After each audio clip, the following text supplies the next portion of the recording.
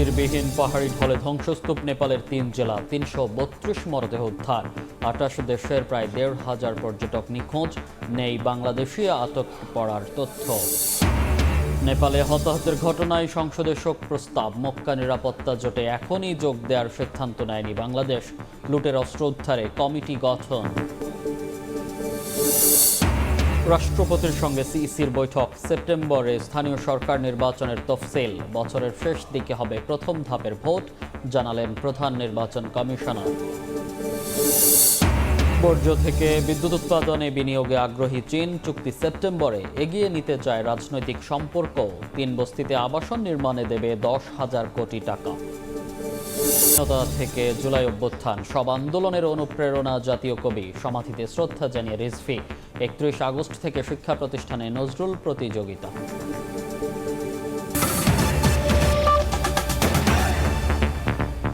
সময় সংবাদের সঙ্গে আছি আমি মনির হোসেন। নজিরবিহীন পাহাড়ি ঢলে ধ্বংসস্তূপে পরিণত হয়েছে রসুয়া সহ নেপালের ৩ জেলা। বেড়েই চলেছে লাশের মিছিল। এখন পর্যন্ত উদ্ধার করা হয়েছে নারী শিশু সহ ৩৩২ জনের মরদেহ। নিখোঁজ আছেন ২৮ দেশের প্রায় ১,৫০০ পর্যটক। নেপাল তিব্বত সীমান্ত এলাকায় উদ্ধার কাজ চললেও বিস্তীর্ণ জনপদ কাদামাটি আর পাথরে চাপা পড়ায় উদ্ধারকারীদের হিমশিম অবস্থা। এ অবস্থায় সহযোগিতার হাত বাড়িয়ে দিয়েছে যুক্তরাষ্ট্র, ভারত, পাকিস্তান, বাংলাদেশ সহ বিভিন্ন দেশ।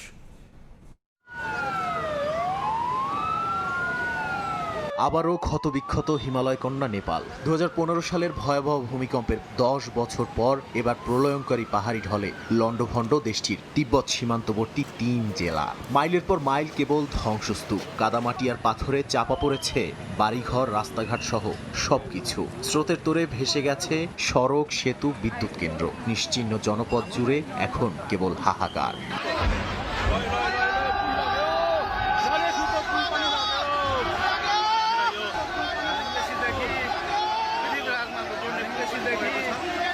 নেপালের ভুটেগসি ত্রিশুলি নদী হয়ে ভয়াবহ এই আকস্মিক বন্যা আঘাত হানে তিব্বত সীমান্তবর্তী এলাকায়। রসুয়া ও নুয়াকোট সহ সবচেয়ে ক্ষতিগ্রস্ত জেলাগুলোতে পানির স্রোতের সঙ্গে নেমে আসে বিপুল পরিমাণে কাদা, পাথর সহ ধ্বংসাবশেষ। নেপালের জাতীয় দুর্যোগ ঝুঁকি হ্রাস ও ব্যবস্থাপনা কর্তৃপক্ষ বলছে, কিছুক্ষণ পরপরই নতুন মরদেহ উদ্ধার করা হচ্ছে। নিখোঁজও আছেন শত শত মানুষ। উদ্ধার অভিযান চলমান থাকায় নিহতের সংখ্যা আরও বাড়তে পারে বলে জানিয়েছে স্থানীয় প্রশাসন। এখন পর্যন্ত কোনো আমরা বাংলাদেশি কারোর এরকম নিখোঁজ হওয়া বা মৃত্যুর খবর পাইনি।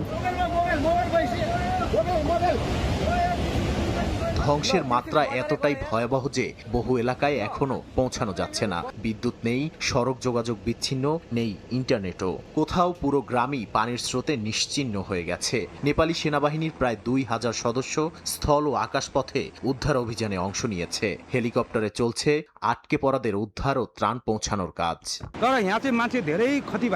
মানুষের প্রাণহানির পাশাপাশি ব্যাপক সম্পদহানি হয়েছে। ত্রিশুলি বাজার পুরোপুরি ভেসে গেছে। বেত্রাপতি বাজার, ঢুঙ্গে ও দেবীঘাট বাজারও নদীর স্রোতে নিশ্চিহ্ন হয়ে গেছে। এখন সেখানে মাত্র ৪ থেকে ৫টি বাড়ি টিকে আছে। প্রথম দিকেই দুর্যোগের পেছনে ভূমিকম্পকে দায়ী করা হলেও পরে অবশ্য তথ্য সংশোধন করা হয়। যুক্তরাষ্ট্রের ভূতাত্ত্বিক জরিপ সংস্থা ইউএসজিএস জানিয়েছে, কোনো ভূমিকম্প হয়নি। হিমবাহের একটি বিশাল অংশ ধসে পড়া এবং এর সঙ্গে নেমে আসা পাথর, কাদা ও ধ্বংসাবশেষ থেকেই সৃষ্টি হয় এই বিপর্যয়কর পাহাড়ি ঢল। ভয়াবহ এই মানবিক বিপর্যয় নেপালের পাশে দাঁড়িয়েছে আন্তর্জাতিক সম্প্রদায়। যুক্তরাষ্ট্র জরুরি সহায়তার জন্য $৫ লাখ দেয়ার ঘোষণা দিয়েছে। ভারত পাঠিয়েছে ১০ টন ত্রাণ সামগ্রী। চীনও সীমান্তের দুর্গত এলাকায় উদ্ধার ও ত্রাণ তৎপরতা জোরদার করেছে। ইউরোপীয় ইউনিয়ন, যুক্তরাজ্য, কানাডা, পাকিস্তান, বাংলাদেশ সহ আরও কয়েকটি দেশ সহায়তার আশ্বাস দিয়েছে। জাতিসংঘ জরুরি চিকিৎসা সরঞ্জাম ও প্রয়োজনীয় সামগ্রী পাঠানোর কথা জানিয়েছে। এদিকে ত্রিশুলি নদীর পানি গান্ডাক নদী হয়ে ভারতের দিকে নেমে আসায় বিহার ও উত্তরপ্রদেশের সীমান্তবর্তী এলাকাগুলোতে বন্যা সতর্কতা জারি করা হয়েছে। নাদিম মারজান, সময় সংবাদ। চোখের সামনে প্রিয়তমা স্ত্রীকে হারিয়েছেন। প্রকৃতির কাছে অসহায় হয়ে ঘন্টার পর ঘন্টা ছাদে আটকে ছিলেন কেশব প্রসাদ বারাল।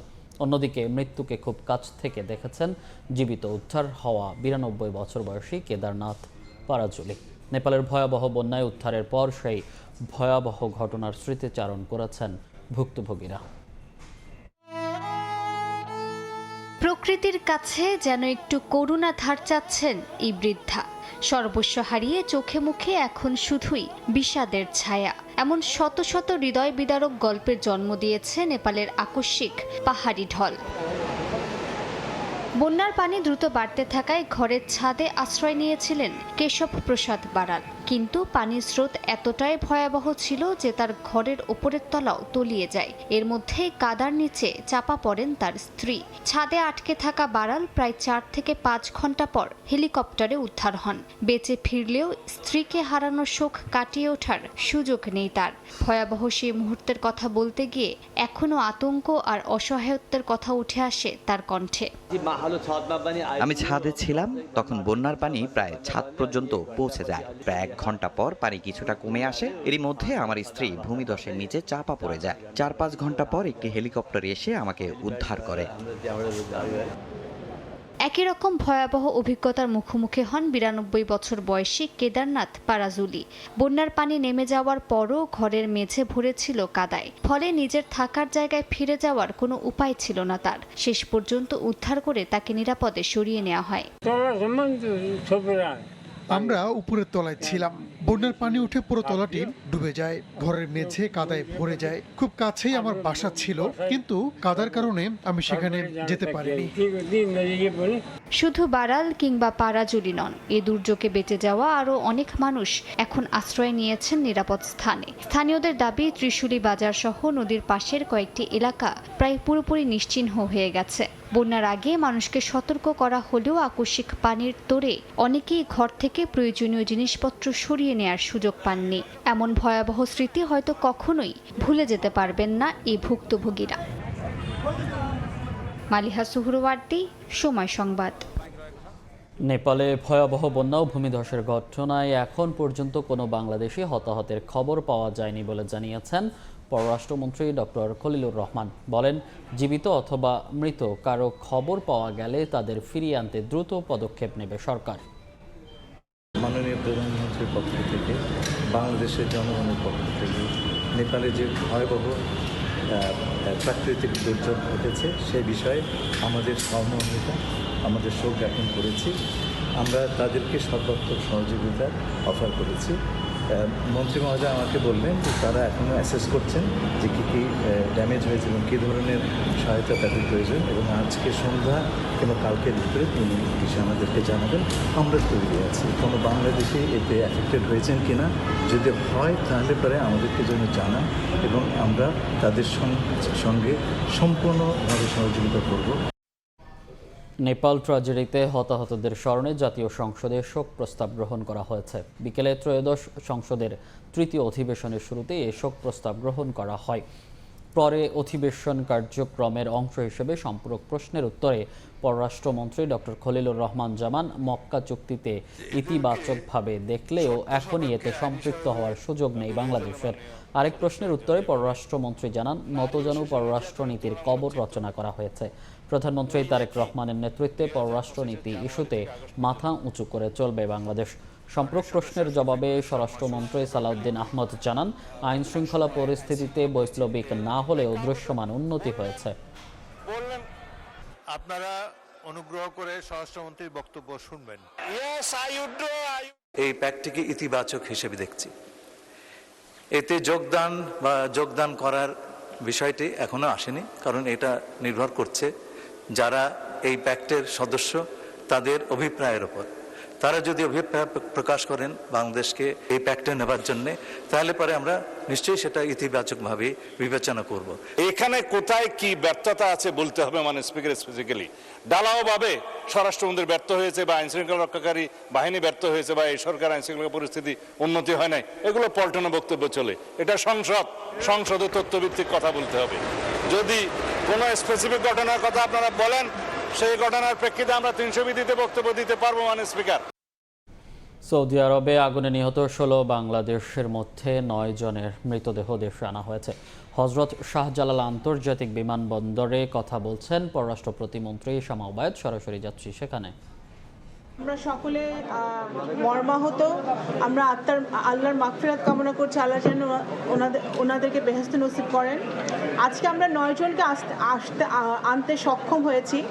আমি প্রথমে আমাদের পররাষ্ট্র মন্ত্রণালয়ে যারা সৌদি দূতাবাসে যারা কর্মরত আছেন তারা সকলে কাজ করেছেন।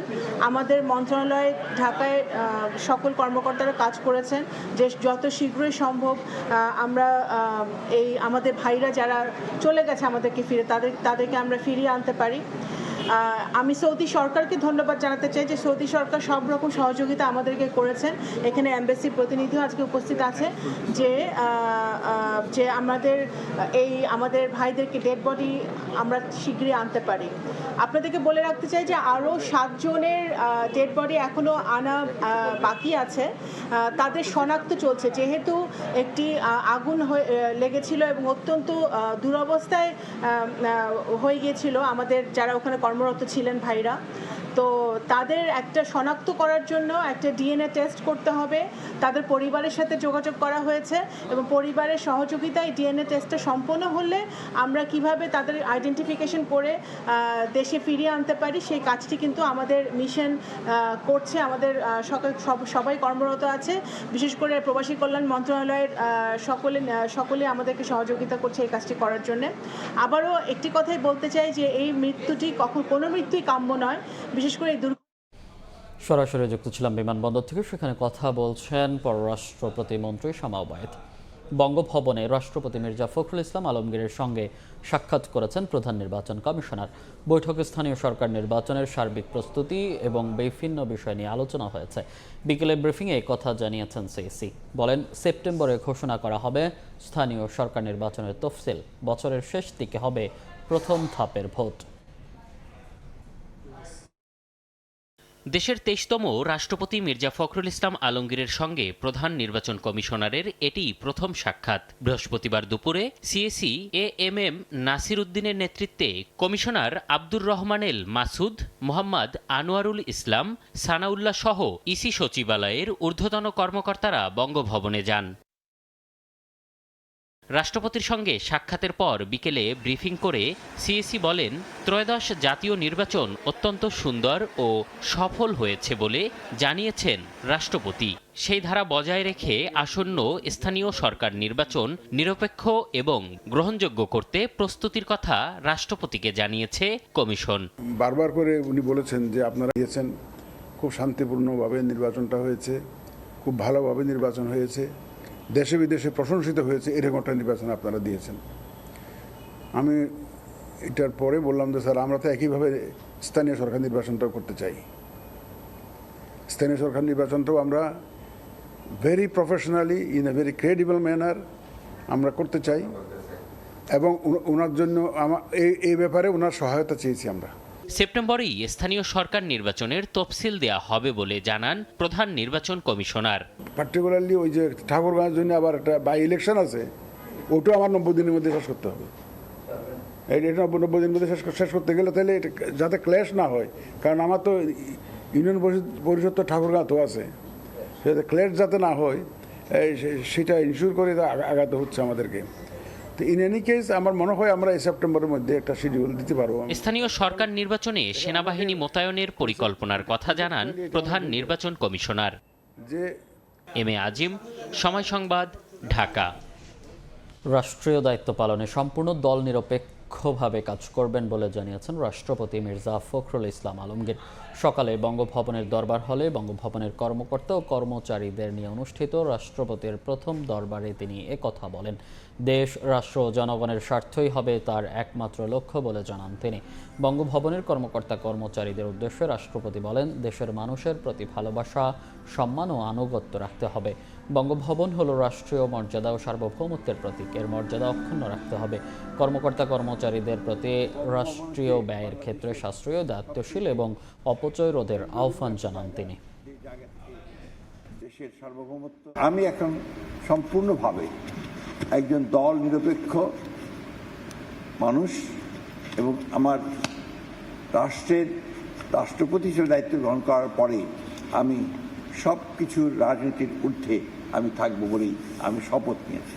আমার সামনে একটাই মূল উদ্দেশ্য, লক্ষ্য, সেটা হচ্ছে আমার দেশ, আমার রাষ্ট্র, আমার জনগণ। সকল রাষ্ট্রীয় ব্যয়ের ক্ষেত্রে আমাদেরকে সাশ্রয়ী হতে হবে এবং জনগণের অর্থ যেন অপচয় না হয় সেদিকে আমাদেরকে সব সময় সতর্ক দৃষ্টি রাখতে হবে। আমিনবাজারের বর্জ্য থেকে বিদ্যুৎ উৎপাদন প্রকল্পে বিনিয়োগ করতে চায় চীন। চুক্তি সেপ্টেম্বরেই এবং 2028 সালেই হবে বিদ্যুৎ উৎপাদন। সচিবালয়ে ঢাকায় নিযুক্ত চীনের রাষ্ট্রদূতের সাক্ষাতের পর ব্রিফিংয়ে কথা জানান এলজিআরডি প্রতিমন্ত্রী। বলেন, বিএনপি সরকারের সঙ্গে রাজনৈতিক সম্পর্ক এগিয়ে নিতে চায় দেশটি। চীনের রাষ্ট্রদূত ইয়াও ওয়েন বলেন, প্রধানমন্ত্রী তারেক রহমানের চীন সফরের পর দুই দেশের সম্পর্কে নতুন সম্ভাবনা তৈরি হয়েছে। রাজনৈতিক ও অর্থনৈতিক সহযোগিতার পাশাপাশি বর্জ্য ব্যবস্থাপনা, বর্জ্য থেকে বিদ্যুৎ, গ্রিন এনার্জি উৎপাদন এবং বস্তি উন্নয়ন সহ বিভিন্ন খাতে সহযোগিতায় দীর্ঘদিন ধরেই আগ্রহী চীন।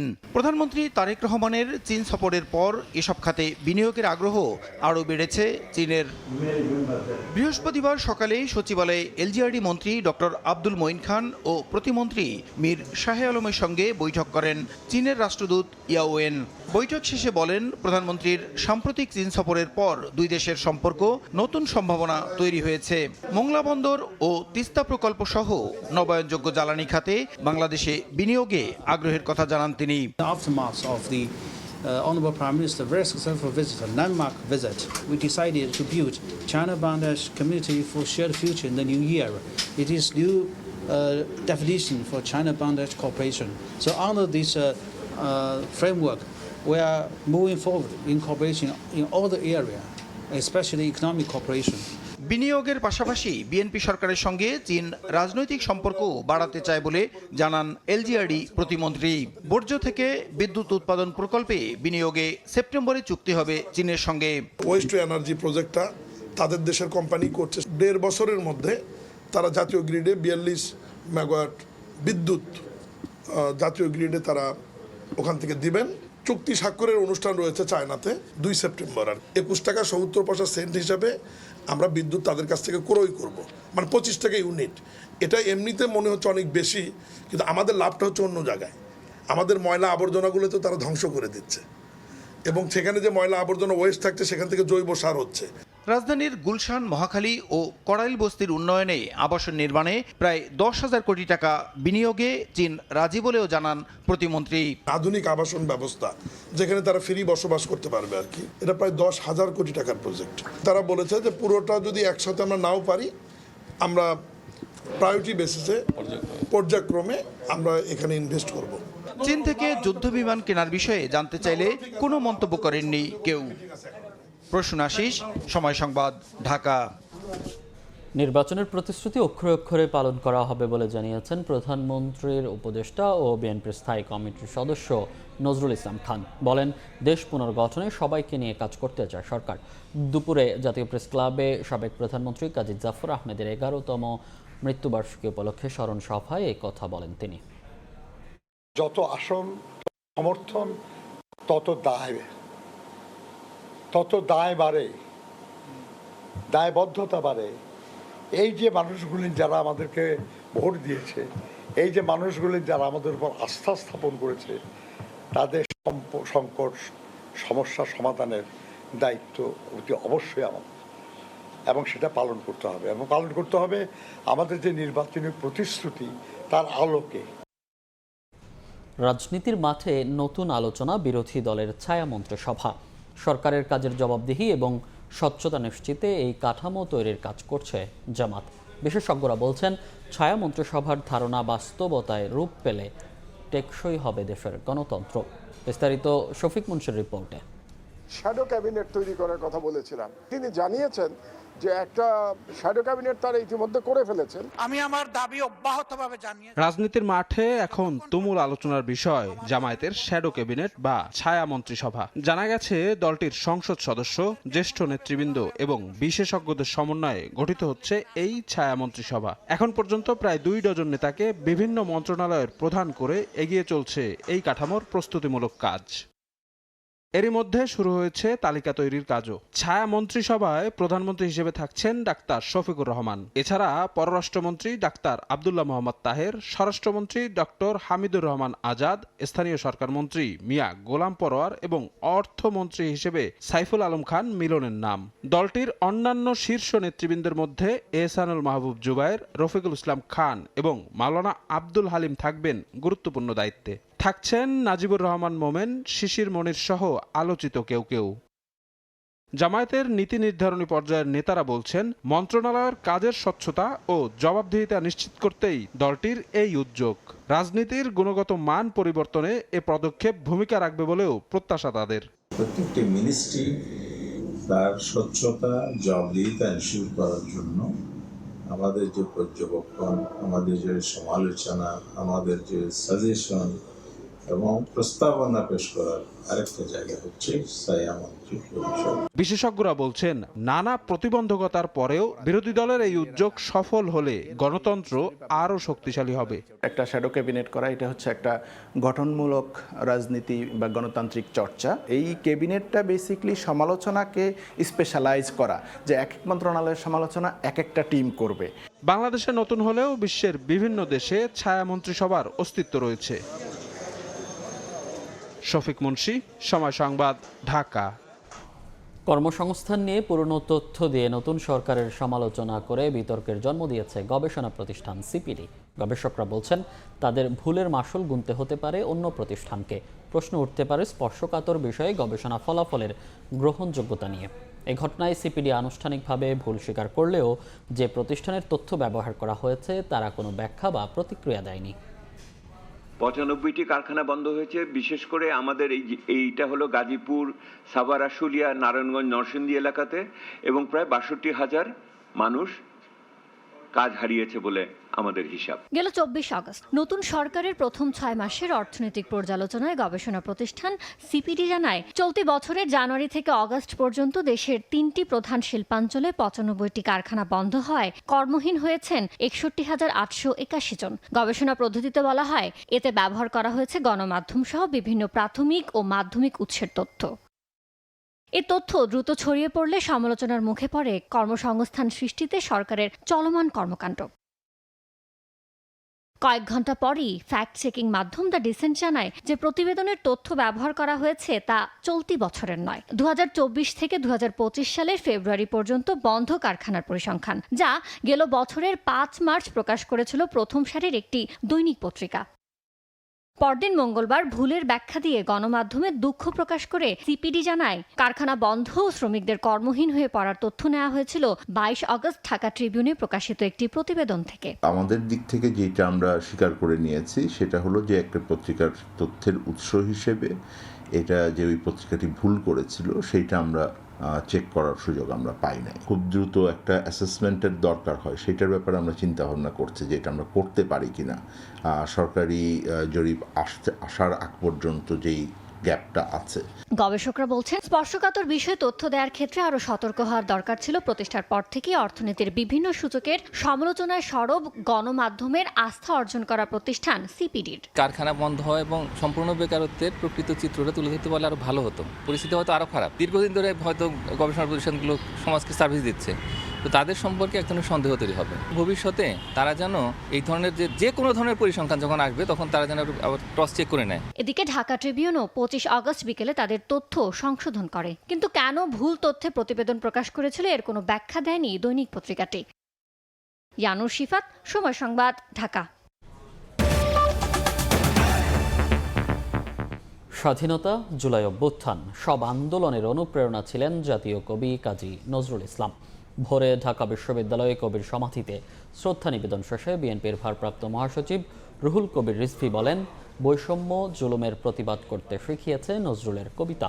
এ সময় আগামী ৩১ আগস্ট থেকে শিক্ষা প্রতিষ্ঠানে নজরুল প্রতিযোগিতা শুরু হবে বলে জানিয়েছেন সংস্কৃতি প্রতিমন্ত্রী আলী নেওয়াজ মাহমুদ খৈয়ম। ভোরের আলো ফোটার সঙ্গে সঙ্গে বিদ্রোহী কবির সমাধিস্থল লোকে লোকারণ্য। বৃহস্পতিবার জাতীয় কবি কাজী নজরুল ইসলামের 50তম মৃত্যুবার্ষিকীতে ঢাকা বিশ্ববিদ্যালয়ে তার সমাধিতে শ্রদ্ধা জানান রাজনৈতিক বিভিন্ন সংগঠন সহ সর্বস্তরের মানুষ। এ সময় নজরুলকে ঘিরে শুধু শ্রদ্ধা আর স্মরণ নয়, তার স্মৃতি সংরক্ষণ এবং নতুন প্রজন্মের কাছে তুলে ধরার দাবি জানান পরিবার ও স্বজনরা। সারা দেশের স্কুল কলেজগুলোতে যাতে তাকে নিয়ে কাজ করা হয়, তার জন্মদিন মৃত্যুদিন পালন করা হয়, বিভিন্ন ভাষায় নজরুলের প্রচার, সেজন্যও কিন্তু সরকারি উদ্যোগ নিতে হবে। কবির সমাধিতে পুষ্পস্তবক অর্পণ শেষে বিএনপির ভারপ্রাপ্ত মহাসচিব রুহুল কবির রিজভী জানান, ৭১-এর স্বাধীনতা সংগ্রাম থেকে শুরু করে ২৪-এর জুলাই অভ্যুত্থান সব আন্দোলনের অনুপ্রেরণা ছিলেন নজরুল। জুলুমের বিরুদ্ধে প্রতিবাদ করার সাহস জুগিয়েছে তার কবিতা ও গান।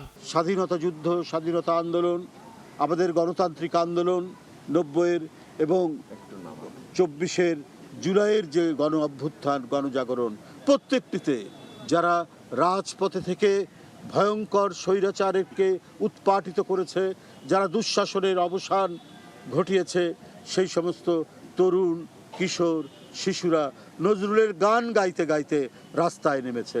নজরুল দিয়েছে এক বড় শক্তি।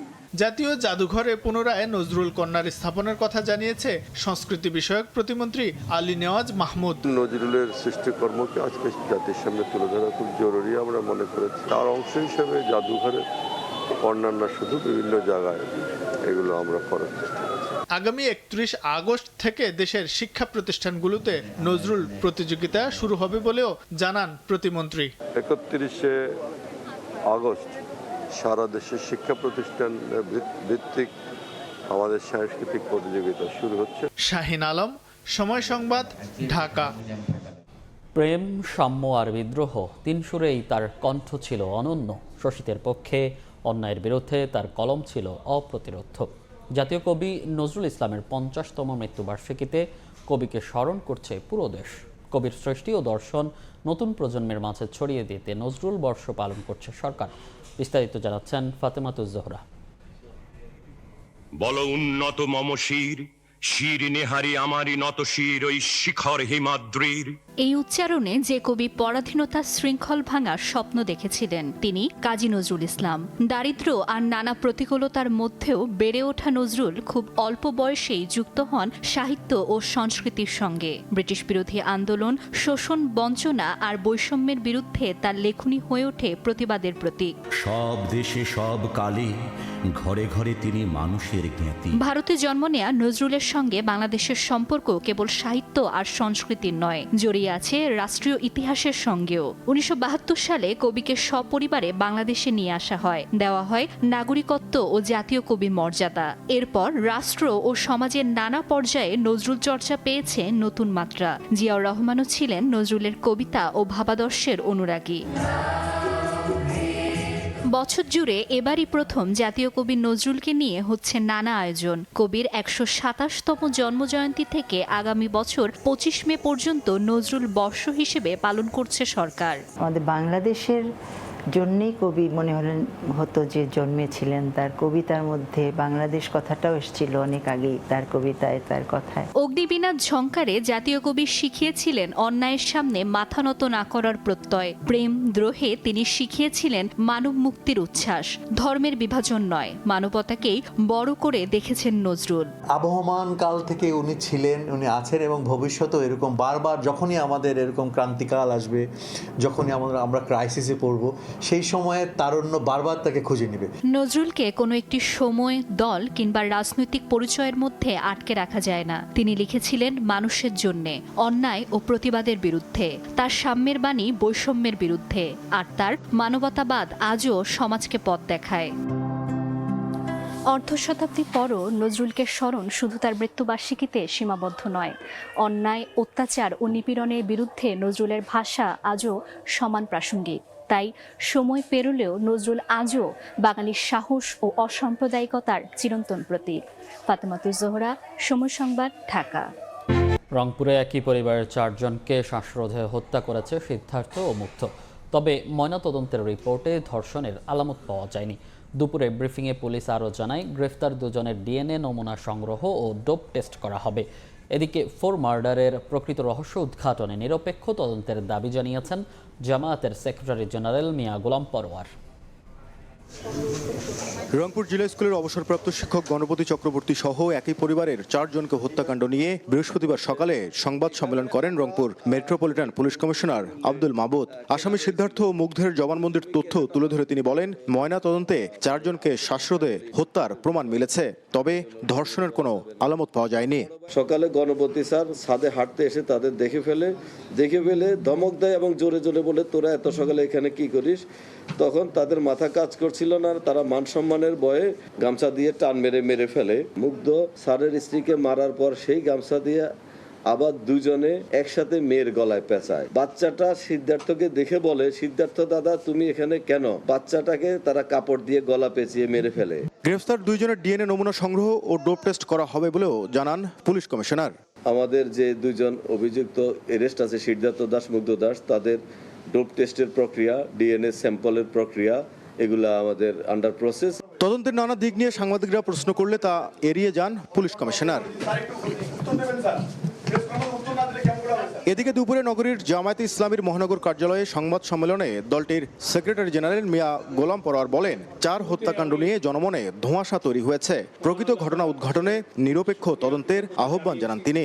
এই হত্যাকাণ্ড কেন হলো এটার ধোঁয়াশা এখনো কাটছে না। এটা আমাদের উদ্বেগের বিষয় যে আমাদের মতো একটা সভ্য সমাজে আমাদের তাহলে জানমালের নিরাপত্তা কোথায়? হত্যাকাণ্ডের সাথে জড়িতদেরকে খুঁজে বের করার জন্য আমি জোর দাবি করছি।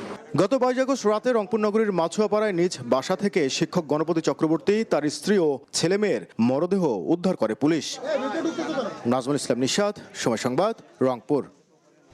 স্বরাষ্ট্রমন্ত্রী সালাউদ্দিন আহমদকে 2015 সালে গুমের মামলায় সাবেক সেনা কর্মকর্তা জিয়াউল আহসানকে গ্রেফতার দেখিয়ে কারাগারে পাঠালেন আন্তর্জাতিক অপরাধ ট্রাইব্যুনাল। এদিন দীপুমণি ও তৌফিক ইলাহির জামিন শুনানির দিন 17 সেপ্টেম্বর ধার্য করা হয়। এছাড়া জুলাই হত্যা মামলায় সাবেক 2 সচিবের বিরুদ্ধে আনুষ্ঠানিক অভিযোগ আমলে নিলেন ট্রাইব্যুনাল।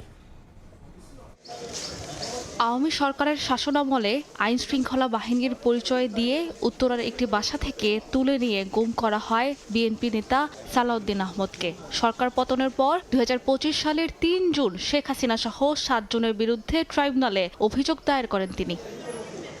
এই মামলায় বৃহস্পতিবার সাবেক র্যাব কর্মকর্তা জিয়াউল আহসানকে গ্রেফতার দেখিয়ে কারাগারে পাঠানোর নির্দেশ দেন ট্রাইব্যুনাল। একই সঙ্গে আগামী 27 অক্টোবরের মধ্যে মামলার তদন্ত প্রতিবেদন দাখিলের নির্দেশ দেওয়া হয়।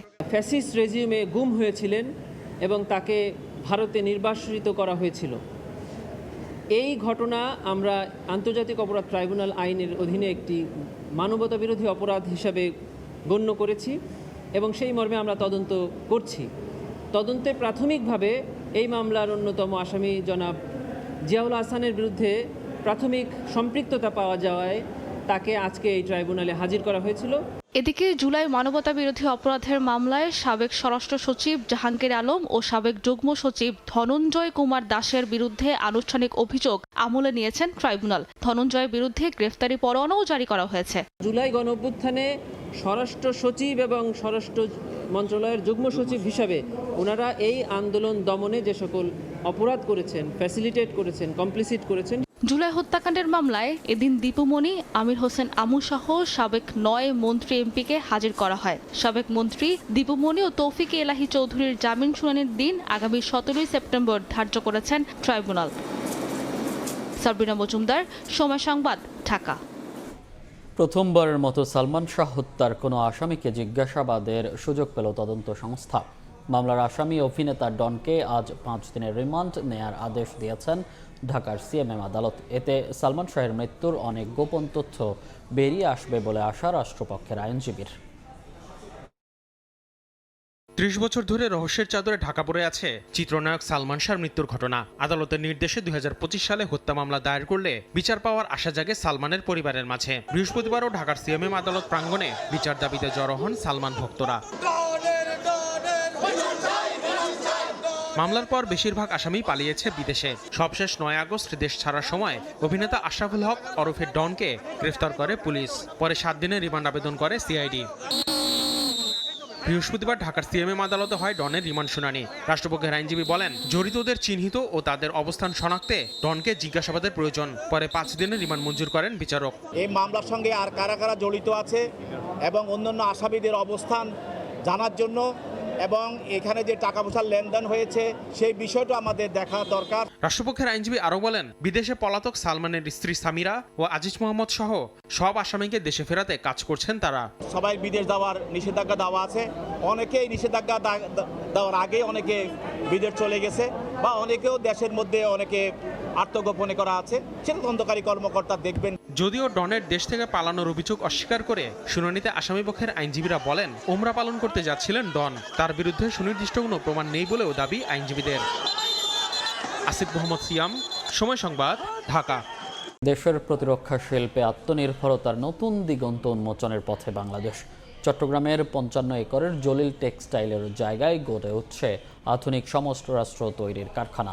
বন্ধ হয়ে যাওয়া একটি শিল্প প্রতিষ্ঠান এবার রূপ নিচ্ছে দেশের প্রতিরক্ষা সক্ষমতা বাড়ানোর গুরুত্বপূর্ণ কেন্দ্রে। 1961 সালে 55 একর জায়গায় যাত্রা শুরু। সুতা ও কাপড় উৎপাদনের একসময় বেশ সুনাম ছিল জলিল টেক্সটাইলের। তবে দীর্ঘদিন লোকসান গুনতে গুনতে 2004 সালে পুরোপুরি বন্ধ হয়ে যায় প্রতিষ্ঠানটি। এরপর নানা প্রক্রিয়া শেষে এবার নতুন পরিচয়ে ফিরছে জলিল টেক্সটাইলের এই বিশাল জমি। জমি হস্তান্তর উপলক্ষে বৃহস্পতিবার জলিল টেক্সটাইল প্রাঙ্গণে চুক্তি সই হয় বাণিজ্য মন্ত্রণালয় ও বাংলাদেশ অর্ডিন্যান্স ফ্যাক্টরি BOF এর মধ্যে। এখানে আধুনিক সামরিক সরঞ্জাম ও সমরাস্ত্র উৎপাদনের জন্য নতুন প্লান্ট স্থাপনের পরিকল্পনা রয়েছে। সংশ্লিষ্টরা বলছেন, এই উদ্যোগ দেশের প্রতিরক্ষা শিল্পকে আরও শক্তিশালী করার পাশাপাশি সার্বভৌমত্ব সুরক্ষায় গুরুত্বপূর্ণ ভূমিকা রাখবে। একটি আধুনিক ও আত্মনির্ভরশীল প্রতিরক্ষা ব্যবস্থা গড়ে তোলার পথে একটা গুরুত্বপূর্ণ পদক্ষেপ। মিলটিকে পুনর্জীবিত করতে বিটিএমসি ও বস্ত্র ও পাট মন্ত্রণালয় PPPর আওতায় নতুন উদ্যোগ গ্রহণ করে। শুধু দেশের চাহিদা পূরণ নয়, ভবিষ্যতে উৎপাদিত সমরাস্ত্র রফতানির লক্ষ্য আছে জানিয়ে সেনাপ্রধান বলেন, এতে কয়েক গুণ বাড়বে কর্মসংস্থান। পাশাপাশি সমরাস্ত্র রফতানি থেকে আসতে পারে বৈদেশিক মুদ্রা। প্রতিরক্ষা শিল্পের উন্নয়নকে গুরুত্ব দেওয়ার কথা জানিয়ে প্রধানমন্ত্রীর প্রতিরক্ষা উপদেষ্টা বলেন, দেশের সামগ্রিক উন্নয়নের পাশাপাশি প্রতিরক্ষা সক্ষমতা বাড়ানোর উপর বিশেষ গুরুত্ব দিচ্ছে বর্তমান সরকার। আমদানি করে যুদ্ধ করা সম্ভব না, তো সেই দিক খেয়াল রেখে আমরা এগিয়ে যাচ্ছি। আমরা অনেক প্ল্যান করেছি, অন্যান্য জায়গাও আমাদের প্রয়োজন হবে। এখানে আমাদের নিজস্ব কিছু জায়গা আছে যেটা আমরা ব্যবহার করব। আমাদের নিজস্ব সক্ষমতা বৃদ্ধির পাশাপাশি এটাকে কীভাবে রপ্তানিমুখী করা যায় সেদিকে নিজেদেরকে আরও সম্পৃক্ত করা। প্রধান অতিথির বক্তব্যে বাণিজ্য মন্ত্রী বলেন, বিশ্বজুড়ে প্রতিরক্ষা শিল্প ও প্রযুক্তিতে এসেছে বৈপ্লবিক পরিবর্তন। তুলনামূলক কম খরচে ড্রোন সহ আধুনিক নানা সমরাস্ত্র তৈরির সুযোগ তৈরি হয়েছে। প্রতিরক্ষা পণ্য রফতানিতে সরকার সব ধরনের সহযোগিতা করবে বলেও জানান তিনি। আমরা চাই আমাদের সব ধরনের পণ্য বাইরের পৃথিবীতে সমাদৃত হবে, আর প্রতিরক্ষা সামগ্রী রপ্তানি এটার মেজারমেন্ট শুধু ডলার ইউরো দিয়ে হবে না। এই সক্ষমতার মানে হচ্ছে you are placing your country at a different league. একসময় সুতা তৈরির জন্য যে সুনাম ছিল, এই টেক্সটাইলের নতুন ভূমিকায়ও অত্যাধুনিক সামরিক সরঞ্জাম তৈরির মধ্য দিয়ে সমর খাতে গৌরব অর্জন করবে বলে আশা সংশ্লিষ্টদের। ফেরদৌস লিপি, সময় সংবাদ, চট্টগ্রাম। সময় সংবাদে আরও থাকছে, একীভূত 5 ব্যাংকের খেলাপি ঋণ আদায়ে সম্মিলিত ইসলামী ব্যাংকের 10,000 মামলা। সাবেক মালিকদের অনিয়ম দুর্নীতি চিহ্নিত করতে ফরেনসিক অডিট চূড়ান্ত পর্যায়ে।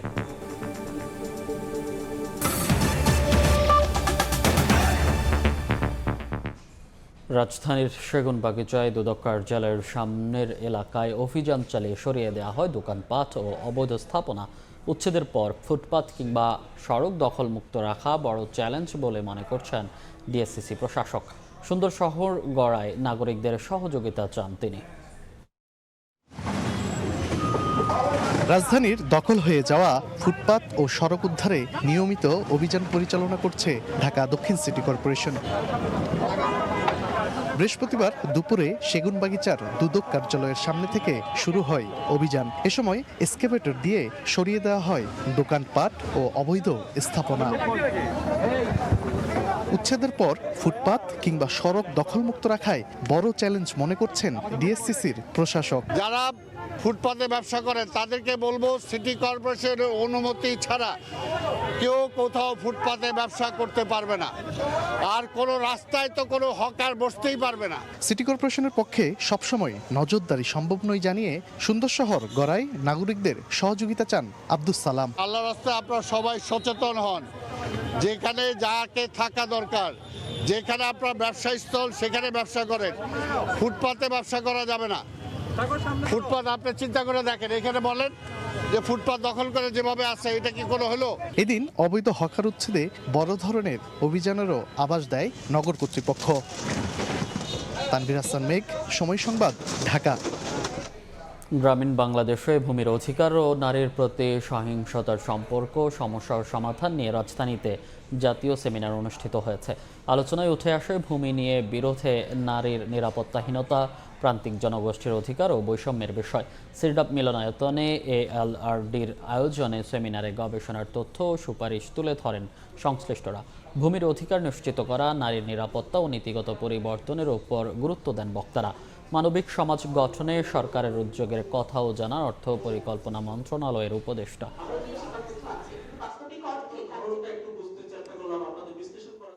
ভূমির অধিকার নিয়ে যে বিষয়গুলো চলমান এবং সেগুলোতে পরিবর্তন এনে জনবান্ধব একটা ভূমির নীতির দিকে যেতে পারবো এবং সবাইকে নিয়ে সম্মিলিত প্রয়াসে সেখানে আপনাদের যে সমস্ত বিষয়গুলো আছে সেগুলো জানাবেন এবং সরকার তার পদ্ধতিগতভাবে সেখানে পরিবর্তন আনবে।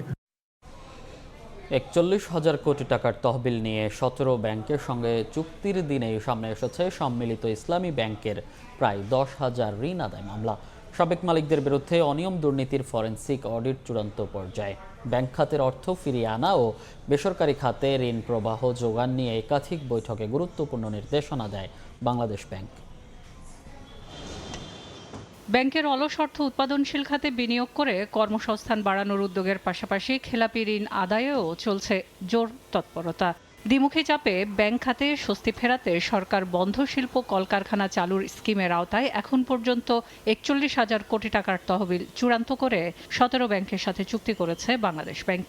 একই দিনে গভর্নরের সঙ্গে ব্যাংক রেজুলেশন ডিপার্টমেন্টের সভায় উঠে আসে আমানতকারীদের স্বার্থ সুরক্ষায় একীভূত ৫ ব্যাংকের খেলাপি ঋণ আদায়ে এখন পর্যন্ত প্রায় ১০,০০০ মামলা দায়ের করেছে সম্মিলিত ইসলামী ব্যাংক। এছাড়া ব্যাংকটির আগের মালিকানা ও ব্যবস্থাপনার সময়ে অনিয়ম, দুর্নীতি ও ঋণ জালিয়াতি চিহ্নিত করতে পরিচালিত ফরেনসিক অডিটও রয়েছে চূড়ান্ত পর্যায়ে। মামলার বিষয়গুলো মামলা দিয়েই সমাধান করতে হবে। তো যেখানে যে ধরনের ব্যবস্থা নেওয়ার কথা সেগুলো সম্মিলিত ইসলামী ব্যাংক সেগুলো কার্যকরভাবে গ্রহণ করছে এবং সেক্ষেত্রে আমাদের কেন্দ্রীয় ব্যাংক থেকে বাংলাদেশ ব্যাংকের যে ধরনের সহযোগিতা দরকার, যে ধরনের সাপোর্ট দরকার, তথ্য উপাত্ত দিয়ে সবই বাংলাদেশ ব্যাংক তাদেরকে প্রদান করে সহযোগিতা করছে। পাশাপাশি এক্সিট পলিসি ও বিকল্প বিরোধ নিষ্পত্তি বা এডিআর এর মাধ্যমে সমঝোতার উদ্যোগও নেওয়া হয়েছে। কোন ধরনের অ্যাকাউন্টে কত টাকা আছে সেগুলো হিসাব বাংলাদেশ ব্যাংকের কাছে আছে এবং সেগুলো যাচাই বাছাই করা হয়েছে এবং কি পরিমাণ টাকা এই ক্ষেত্রে ব্যয়িত হতে পারে সেই হিসেবে একটা ব্যবস্থাও বাংলাদেশ ব্যাংক নিয়েছে। ৫টি ব্যাংকের কার্যক্রম একীভূত করতে কোর ব্যাংকিং সিস্টেম, সুইফট ও অন্যান্য আইটি অবকাঠামোর ইন্টিগ্রেশন চলছে। ৭৮০টি শাখা ও ১৫০০ বিজনেস ইউনিটের রেশনালাইজও চলমান রয়েছে বলে জানিয়েছে বাংলাদেশ ব্যাংক। সেলিয়া সুলতানা, সময় সংবাদ, ঢাকা। খেলার খবর। ফিফা আয়োজিত আসিয়ান কাপে ভালো করতে পারলে বদলে যাবে বাংলাদেশের ফুটবলের চিত্র। এই গ্রুপের প্রতিপক্ষ সিঙ্গাপুর, মালয়েশিয়াকে হারানোর সামর্থ্য আছে লাল সবুজের। হোম কন্ডিশনে ইন্দোনেশিয়া কঠিন হলেও তাদের বিপক্ষে দারুণ কিছু করা সম্ভব বলে মনে করেন ডিফেন্ডার তপু বর্মন। এই টুর্নামেন্ট থেকে পাওয়া অভিজ্ঞতা ঘরের মাঠে সাফ চ্যাম্পিয়নশিপেও বড় ভূমিকা রাখবে বলে বিশ্বাস তার। ভারতের সরে যাওয়ায় সুযোগটা এসেছে হুট করে, তবে ফিফা আয়োজিত আসিয়ান কাপের মঞ্চে সাফল্য পেলে পুরো বিশ্বই নতুনভাবে চিনবে বাংলাদেশকে। আর এই সুযোগটাই কাজে লাগাতে হবে লাল সবুজের। সামনে কঠিন চ্যালেঞ্জ, তবে অসম্ভব নয়। আসিয়ান কাপের এই গ্রুপে বাংলাদেশ প্রতিপক্ষ ইন্দোনেশিয়া, মালয়েশিয়া ও সিঙ্গাপুর। র্যাঙ্কিং সামর্থ্য 3 দলই লাল সবুজের চেয়ে অনেক এগিয়ে, তবে বাংলাদেশের শক্তি মানসিকতা। আমাদের যে টিমের আসলে যে চিন্তাধারা আমরা কিন্তু খেলার আগে হারি না। এই 3টা ম্যাচ আসলে এই 3টা ম্যাচ আমাদের দেশের জন্য কিন্তু অনেক ইম্পর্টেন্ট একটা ভূমিকা পালন করবে। সিঙ্গাপুরের সাথে আমরা কিন্তু আমাদের হোমেও খুব ভালো খেলেছি, ওদের অ্যাওয়েতেও ভালো খেলেছি। সিঙ্গাপুরকে আমরা হারাইতে পারবো এবং মালয়েশিয়ার সাথে আমরা একটা স্ট্রং ম্যাচ খেলার চেষ্টা করবো এবং ইন্দোনেশিয়ার মাঠে কিন্তু আমরা প্রায় 3 বছর আগে মেবি ড্র করে এসেছিলাম। তবে দেশের ফুটবলারদের জন্য বড় চ্যালেঞ্জ হবে রিদম ফিরিয়ে আনা, কারণ গেল মৌসুম শেষে লম্বা সময় খেলার বাইরে ফুটবলাররা। সান মারিনো ম্যাচও হয়েছে প্রায় 2.5 মাস আগে। কোচ থমাস ডুলিও খুব একটা সময় পাননি দলের সঙ্গে মানিয়ে নেয়ার। প্রথম সপ্তাহটা একটু ডিফিকাল্ট হবে, কারণ অনেক দিন ধরে আমরা ফুটবলের বাইরে, অনেক চ্যালেঞ্জ এবং এই জায়গায় অনেক সিনসিয়ারভাবে আমাদের সব কিছু করতে হবে, তার সাথে অনেক সিরিয়াস থাকতে হবে, কারণ কোচ আসলে এরকম একটা সময় তার প্রয়োজন ছিল এবং সেই সময়টা পাচ্ছে।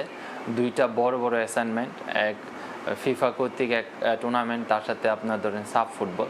তো এই যে এই সময়টা যে সে পাচ্ছে প্রায় 4 থেকে 5 উইকের একটা সময়, এই সময়টার মধ্যে আমাদের উভয়ের যে আন্ডারস্ট্যান্ডিংয়ের প্রয়োজন এবং আমাদের যে সিরিয়াসনেসের প্রয়োজন, এটা কিন্তু আমার কাছে মনে হয় যে শো করতে হবে। এটা অনেক প্লাস পয়েন্ট। এই টুর্নামেন্ট শেষে ঘরের মাঠে নভেম্বরে সাফ চ্যাম্পিয়নশিপ। দক্ষিণ এশিয়ার অন্যতম শক্তিশালী দল হয়ে উঠেছে লাল সবুজ। আসিয়ান কাপে অংশগ্রহণ সাফ প্রস্তুতিতে বড় ভূমিকা রাখবে বলে বিশ্বাস তপুর।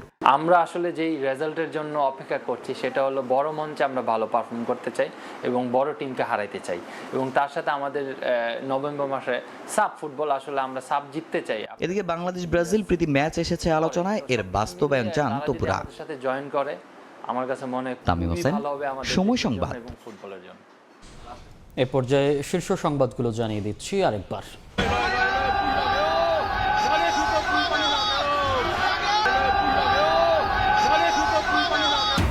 নজিরবিহীন পাহাড়ি ঢলে ধ্বংসস্তূপ নেপালের 3 জেলা, 332 মরদেহ উদ্ধার। 28 দেশের প্রায় 1,500 পর্যটক নিখোঁজ, নেই বাংলাদেশি আটকে পড়ার তথ্য। নেপালে হতাহতদের ঘটনায় সংসদে শোক প্রস্তাব গ্রহণ। মক্কা নিরাপত্তা জোটে এখনই যোগ দেওয়ার সিদ্ধান্ত নেয়নি বাংলাদেশ, লুটের অস্ত্র উদ্ধারে কমিটি গঠন। এবং রাষ্ট্রপতির সঙ্গে সিইসির বৈঠক, সেপ্টেম্বরে স্থানীয় সরকার নির্বাচনের তফসিল, বছরের শেষ দিকে হবে প্রথম ধাপের ভোট, জানালেন প্রধান নির্বাচন কমিশনার।